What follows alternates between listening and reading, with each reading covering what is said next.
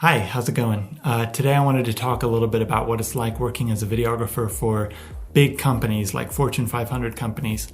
Getting a job for one of these companies can be pretty daunting and you don't always know what you're getting into, what they're expecting. Personally, I've had the opportunity to direct videos for companies like Walmart, Hershey's, or Tyson Foods, and I've noticed a couple of trends that I thought might be helpful to share. So the first thing to be aware of is oversight.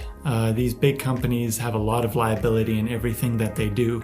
And so every piece of media that they create is going to be scrutinized and picked apart really heavily. So don't be surprised to arrive on set to find one or two or maybe even three subject matter experts that are going to be overseeing the production, and often they're going to be looking over your shoulder the entire time. This can be really frustrating at first. You just want to get the shot and move on to the next take, but every shot they're noticing that a product's out of line in the background, or one of the actresses is wearing her badge the wrong way, or all these tiny little details you'd never really think of. At the end of the day, the thing to remember is that these guys want the video to be good just as much as you do. They probably have corporate breathing down their necks, and the final product is going to reflect on them just as much as it reflects on you as the videographer. It might feel like they're working against you, but at the end of the day, you are on the same team.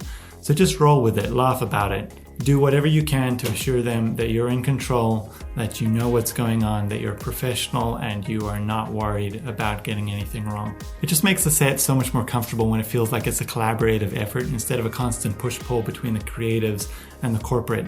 If you're able to, I'd even suggest factoring in some extra time to make them feel comfortable, to let them know that you don't mind stopping to fix whatever's in the background or because the logo looks wrong or something like that.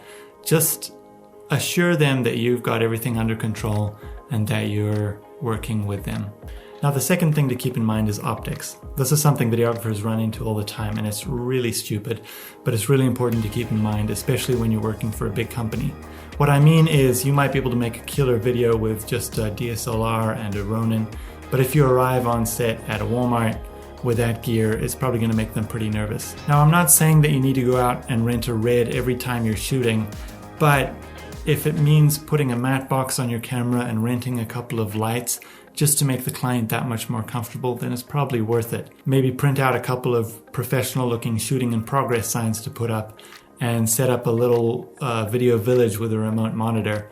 Anything to just go the extra mile to show the client that you're being personable and that you're putting thought into your setup. Last thing to keep in mind, and probably the most important, is communication.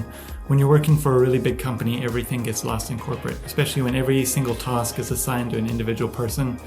Things just get lost along the way. It's like broken telephone.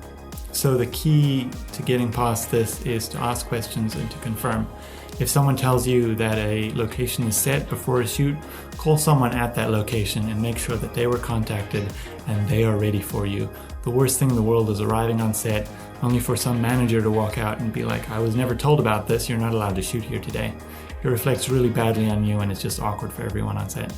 If somebody tells you that they expect the video in 2 weeks, confirm that, get it in writing, whether it's in an email or a contract. Say, great, 2 weeks, is this okay? And get their confirmation on that, because I guarantee you someone else is going to walk out on set and be like, can't wait to see the video on Monday.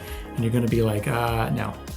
It's not about laying blame, it's just about being responsible for what you know and not letting a lack of communication take advantage of you. So that's all I wanted to talk about today. If you're a videographer and you ever find yourself working for a really big company, try to be mindful of their oversight, your optics, and everybody's communication. Thank you so much for watching. Stay sharp.